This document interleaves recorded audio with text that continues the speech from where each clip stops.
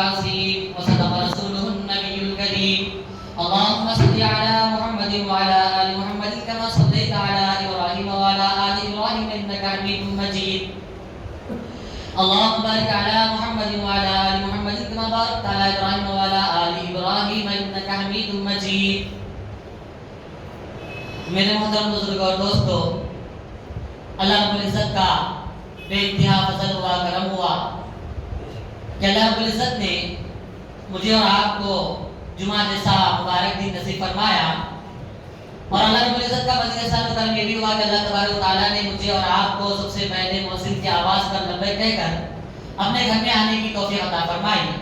اس پر اللہ کا شکر ادا کرنا چاہیے اور یہ نیت کرنا چاہیے کہ اللہ میں تیرا شکر ادا کر رہا ہوں، اس لیے کر رہا ہوں کہ تو مجھے بار بار تیرے گھر میں آنے کی توفیق عطا فرما، کیونکہ میرا سرمایہ یہی ہے کہ میں تیری عبادت کروں، میرا سرمایہ یہی ہے کہ میں تیرے احکامات کو زندہ کروں، میرا سرمایہ یہی ہے کہ تیرے نبی کی سنتوں کو اپناؤں، میرا سرمایہ یہی ہے کہ میں تیرے نبی کے سے عشق کروں، میرا سرمایہ یہی ہے کہ تیرے حبیب سے محبت کروں. اے اللہ مجھے بار بار ان کاموں کے اندر پہل کرنے کی توفیق عطا فرما. اس لیے اللہ سے دعا کرنا چاہیے، کیونکہ اللہ تبارک و تعالیٰ کا شکر ادا کریں گے تو اللہ اور زیادہ دے گا، اور زیادہ دے گا. اور اللہ خود فرماتا ہے لَئِن شَكَرْتُمْ لَأَزِيدَنَّكُمْ، کہ اگر تم میرا شکر ادا کرو گے تو میں تمہیں بار بار عطا کروں گا، زیادہ کر کے دے دوں گا. وَلَئِن كَفَرْتُمْ إِنَّ عَذَابِي لَشَدِيدٌ، اور اگر تم میرے ناشکری کرو گے تو میرا عذاب بڑا سخت ہے. اللہ کی انگنت نعمتیں ہمارے پاس ہیں، اللہ کی انگنت نعمتیں ہمارے پاس ہیں. اللہ تبارک و تعالیٰ نے بے شمار نعمتیں اللہ نے ہم کو دے رکھی ہیں، بے شمار نعمتیں اللہ نے ہم کو دے رکھی ہیں. اگر ہم شمار کرنا چاہیں تو شمار نہیں کر سکتے، اگر ہم گننا چاہیں تو گن نہیں سکتے، اور اگر ہم تحلیل کرنا چاہیں کمپیوٹر جیسے زمانے میں، سائنس جیسے زمانے میں، ٹیکنالوجی زمانے میں اگر ہم گننا چاہیں، شمار کرنا چاہیں تو اللہ کی نعمتوں کو شمار نہیں کر سکتے. کیونکہ میرے اور آپ کے آقا جناب محمد رسول اللہ صلی اللہ علیہ وسلم پر جو قرآن نازل کی گئی، اس قرآن کے اندر اللہ تبارک و تعالیٰ فرماتا ہے وَإِن تَعُدُّوا نِعْمَتَ اللَّهِ لَا تُحْصُوهَا، اگر تم میری نعمتیں جو ہم نے تم کو دے رکھی ہے اگر گننا چاہو تو تم گن نہیں سکتے. آنکھ ایک نعمت ہے، ناک ایک نعمت ہے، منہ ایک نعمت ہے، کان ایک نعمت ہے، ہاتھ ایک نعمت ہے. بندہ ان 5 چیزوں کے ذریعے پوری دنیا کو چلا سکتا ہے اور دنیا میں چل سکتا ہے. اگر اس میں سے ایک چیز بھی اگر کم پڑ گئی، اس میں سے ایک چیز بھی کم پڑ گئی تو آدمی دوسرے کا محتاج ہوتا ہے. کھانا ہمارے پاس آتا ہے تو آدمی فوراً منہ کے پاس لے جاتا ہے تو اسے معلوم ہوتا ہے کہ یہ اچھا ہے یا خراب ہے، یہ خوشبودار ہے یا بدبودار ہے، یہ مزیدار ہے یا ایسی ہے. کیونکہ زبان اور ناک بتا دیتے ہیں، منہ اور زبان بتا دیتے ہیں. آدمی سن کر بتا سکتا ہے کہ فلانے کی آواز ہے، یہ فلانے کی آواز ہے. آدمی چھو کر بتا سکتا ہے، ایک آدمی نابینا ہے، دکھتا نہیں، لیکن چھو کر بتا دیتا ہے کہ یہ فلاں شخص ہے. تو اللہ تبارک و تعالیٰ کی بے شمار نعمتیں ہیں، ان میں سب سے بڑی جو نعمت ہے، ان میں سب سے بڑی جو نعمت ہے اللہ تبارک و تعالیٰ نے دیا ہے، وہ اعلیٰ سے اعلیٰ جو نعمت ہے وہ میرے اور آپ کے آقا جناب محمد رسول اللہ صلی اللہ علیہ وسلم کی ہستی مبارک ہے. اگر آپ کی ہستی دنیا میں نہ آتی، اگر آپ کی ذات کو اللہ تبارک و تعالیٰ دنیا میں نہ بھیجتا، اللہ تبارک و تعالیٰ فرماتا ہے، آپ صلی اللہ علیہ وسلم فرماتے ہیں، علماء نے کتابوں کے اندر لکھا ہے، علماء نے کتابوں کے اندر لکھا ہے، حضرت آدم علیہ السلام سے لے کر حضرت عیسیٰ علیہ السلام کو اللہ تبارک و تعالیٰ نے جو نبوت عطا فرمائی تھی وہ محمد رسول اللہ صلی اللہ علیہ وسلم کے صدقے میں عطا فرمائی تھی. اگر محمد رسول اللہ صلی اللہ علیہ وسلم کو نبی نہ بنانا ہوتا تو آدم سے لے کر حضرت عیسیٰ علیہ السلام تک 1,24,000 انبیاء علیہ السلام کو اللہ تبارک و تعالیٰ کبھی بھی ہم نبوت نہ دیتا. میرے آقا کی وہ ہستی ہے، ہم بڑے خوش نصیب ہیں، ہم بڑے خوش نصیب ہیں کہ اللہ تبارک و تعالیٰ نے ہمیں جناب آقا حضرت محمد رسول اللہ صلی اللہ علیہ وسلم کو امتی بنا کر پیدا فرمایا. اللہ کا بارہا شکریہ ادا کرنا چاہیے. اے اللہ تیرا شکر ہے کہ تو نے ہمیں اپنے حبیب کے امت میں پیدا فرمایا. سب سے پہلے مشیت کے انوار سے نقش روئے محمد بنایا گیا، پھر کسی نقش سے مانگ کر روشنی بس میں دونوں مکان کو سجایا گیا. اگر محمد رسول اللہ صلی اللہ علیہ وسلم کو پیدا نہ کرنا ہوتا تو ہم یہ دنیا کو ہی پیدا نہ کرتے، ہم یہ دنیا کو ہی پیدا نہ کرتے. تو اس پر اللہ کا شکر ادا کرنا چاہیے. اللہ تو نے ہمیں محمد رسول اللہ صلی اللہ علیہ وسلم کو امتی بنا کر پیدا فرمایا.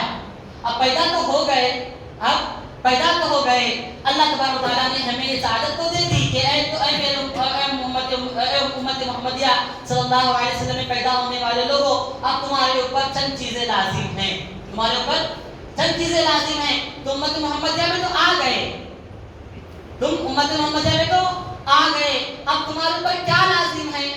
تمہارے اوپر کیا لازم ہے؟ میرے محترم دوستو، ہمارے اوپر لازم ہے حضرت محمد رسول اللہ صلی اللہ علیہ وسلم کے ساتھ عشق کا تعلق ہونا، آپ سے عشق کا رابطہ ہونا، آپ سے عشق ہونا۔ اگر ہم عشق میں محمد رسول اللہ صلی اللہ علیہ وسلم سے ادھورے ہیں تو ہمارا ایمان بھی ادھورا ہے۔ عشق کیسا ہونا چاہیے؟ صحابہ جیسا عشق ہونا چاہیے۔ کیسا عشق ہونا چاہیے؟ صحابہ جیسا عشق ہونا چاہیے۔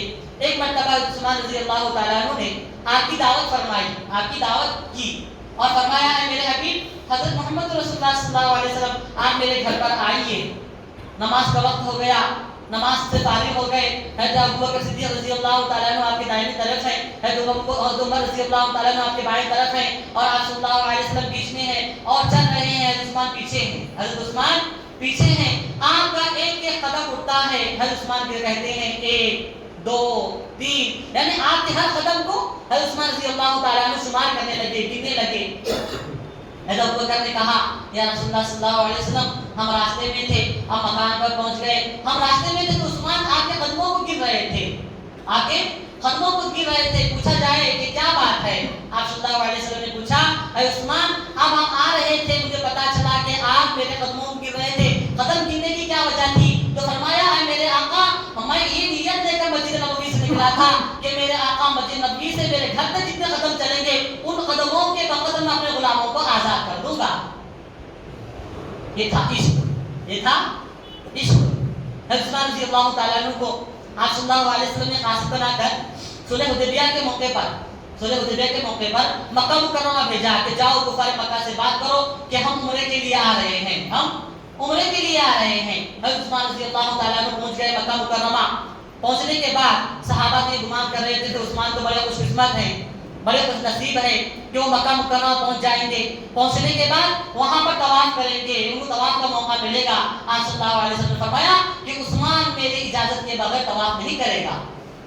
حضرت عثمان رضی اللہ تعالیٰ عنہ واپس آ گئے، آنے کے بعد لمبا طویل واقعہ ہے، واپس آ گئے، صحابہ خوشی کے مارے پوچھنے لگے اے عثمان کیا تم نے طواف کیا؟ تو کہا کہ خانہ کعبہ کے متولیوں نے، خانہ کعبہ کے نگرانوں نے، مکہ مکرمہ والوں نے کہا کہ اے عثمان تم مکہ مکرمہ آ گئے ہو محمد رسول اللہ صلی اللہ علیہ وسلم کے قاصد بن کر، تو تم کو ہم اجازت دیتے ہیں کہ تم طواف کر لو، تم طواف کر لو۔ تو عثمان رضی اللہ تعالیٰ نے فرمایا کہ اگر میں 1 سال بھی مکہ مکرمہ میں رہوں گا، اگر میں 1 سال بھی مکہ مکرمہ میں رہوں گا اور میرے آقا یہاں پر نہیں رہیں گے اور میرے آقا کی اجازت نہیں ہوگی تب تک میں طواف نہیں کروں گا۔ میرے مطلوب صحابہ نے کہا کہ آپ صلی اللہ علیہ وسلم نے سچ فرمایا، آپ صلی اللہ علیہ وسلم نے سچ فرمایا کہ عثمان میرے اجازت کے بغیر طواف نہیں کریں گے۔ یہ تھا عشق، یہ تھا عشق۔ صحابہ آپ صلی اللہ علیہ وسلم کو ہر حال میں خوش رکھتے تھے، صحابہ آپ صلی اللہ علیہ وسلم کے ہر اشارے پر لبیک کہتے تھے۔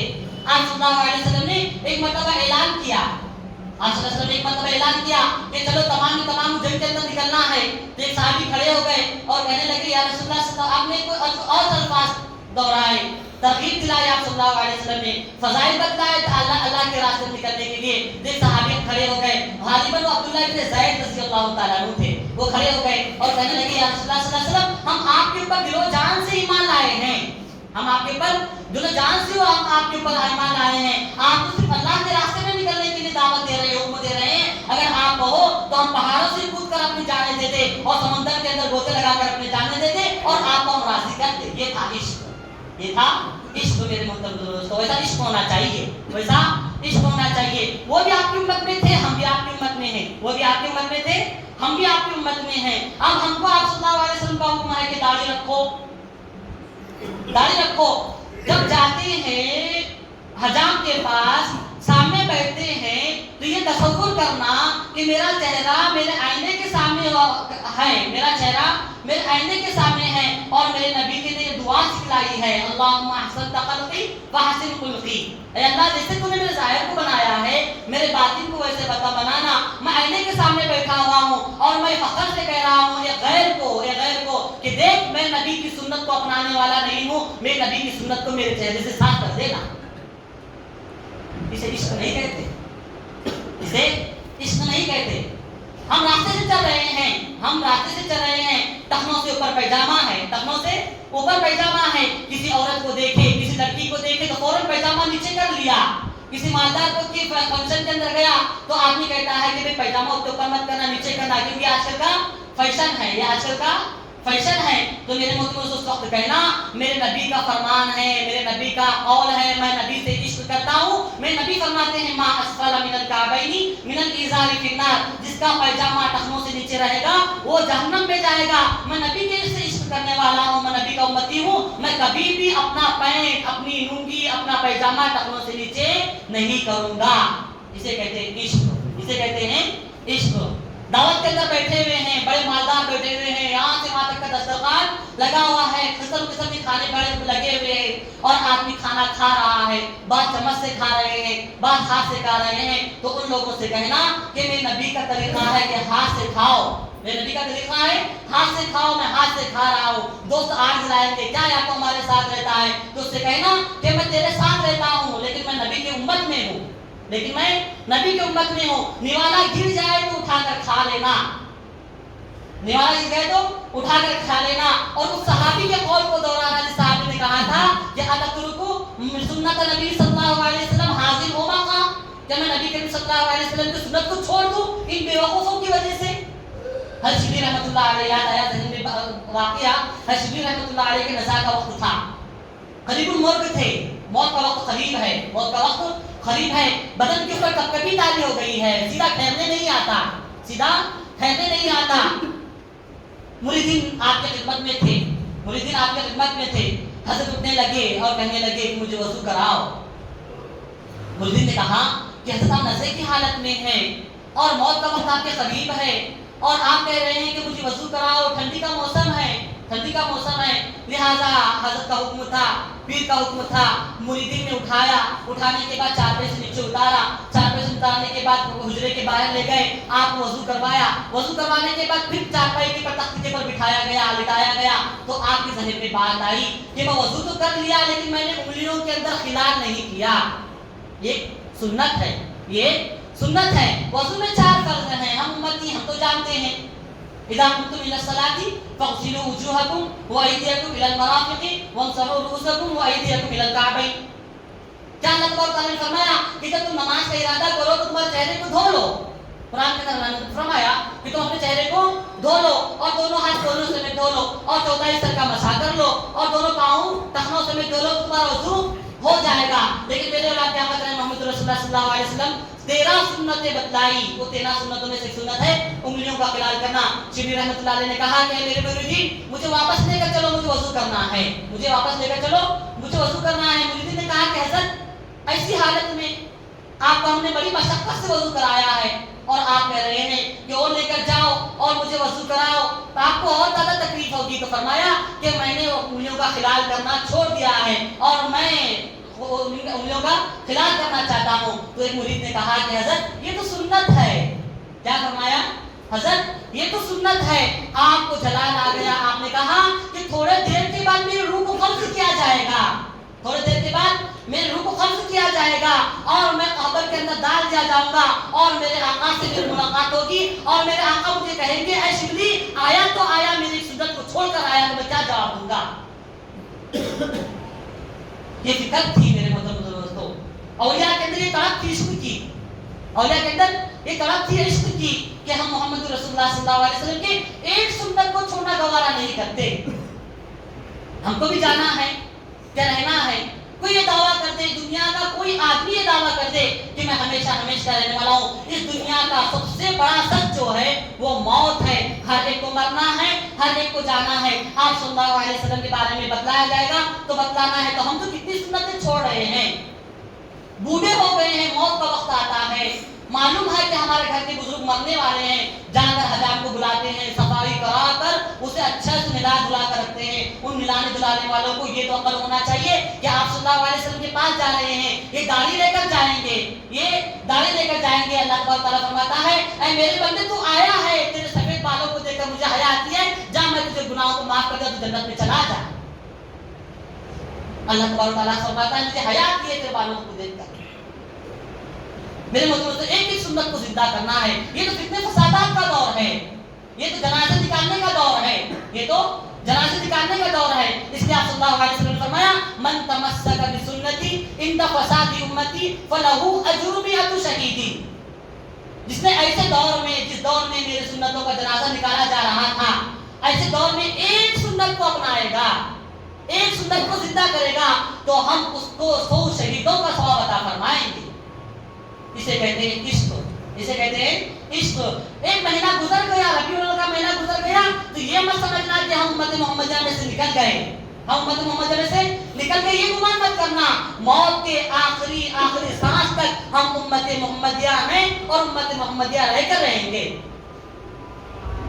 حضرت علی رضی اللہ تعالیٰ عنہ، صلح حدیبیہ کا موقع تھا، حضرت علی رضی اللہ تعالیٰ عنہ کو آپ صلی اللہ علیہ وسلم نے فرمایا کہ مکہ مکرمہ والوں کو خط لکھو، مکہ مکرمہ والوں کو خط لکھو۔ تو آپ نے خط لکھا ما ھذا ما قضا حضرت محمد رسول اللہ صلی اللہ علیہ وسلم۔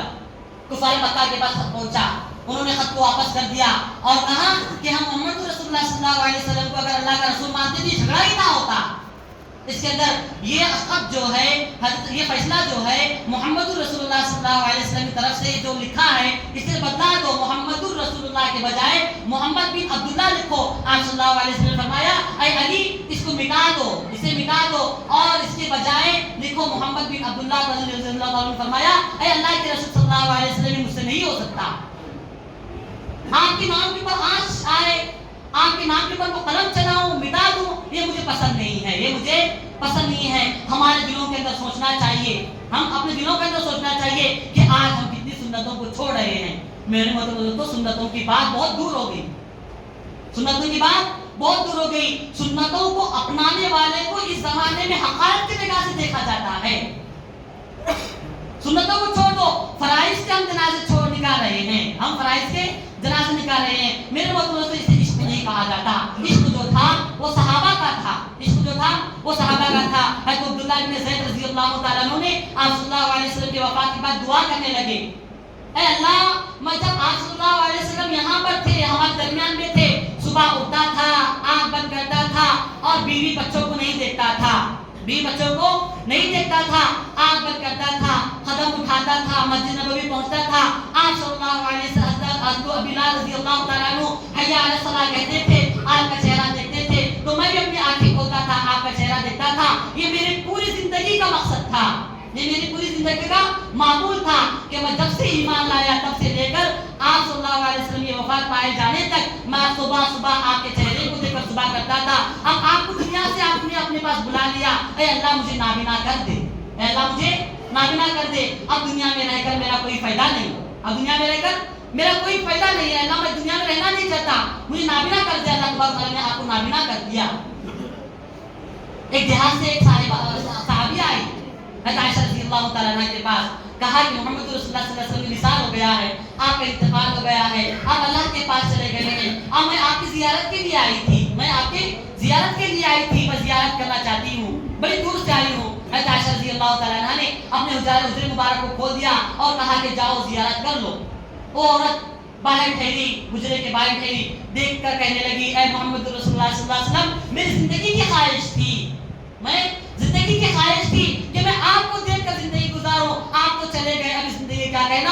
آپ نے زور و خطا سے رونا شروع کیا اور اللہ تبارک و تعالیٰ نے آپ کو وہیں پر وفات دے دی۔ یہ تھا صحابہ کا عشق۔ ایک صحابی آپ صلی اللہ علیہ وسلم کے پاس آئے، ایک صحابی آپ صلی اللہ علیہ وسلم کے پاس آئے اور کہنے لگے یا رسول اللہ صلی اللہ علیہ وسلم میں مدینہ منورہ کے اندر رہتا ہوں، بیوی بچوں کے اندر رہتا ہوں تو دل نہیں لگتا، رشتہ دار کے اندر رہتا ہوں تو دل نہیں لگتا، بازار میں رہتا ہوں تو دل نہیں لگتا، دوست احباب کے ساتھ رہتا ہوں تو دل نہیں لگتا، جیسے ہی آپ کے پاس آتا ہوں تو میرا دل لگتا ہے، آپ سے لگاؤ ہو گیا ہے رسول اللہ صلی اللہ علیہ وسلم، میرا دل بے چین ہوتا ہے، میرا دل بے چین ہوتا ہے،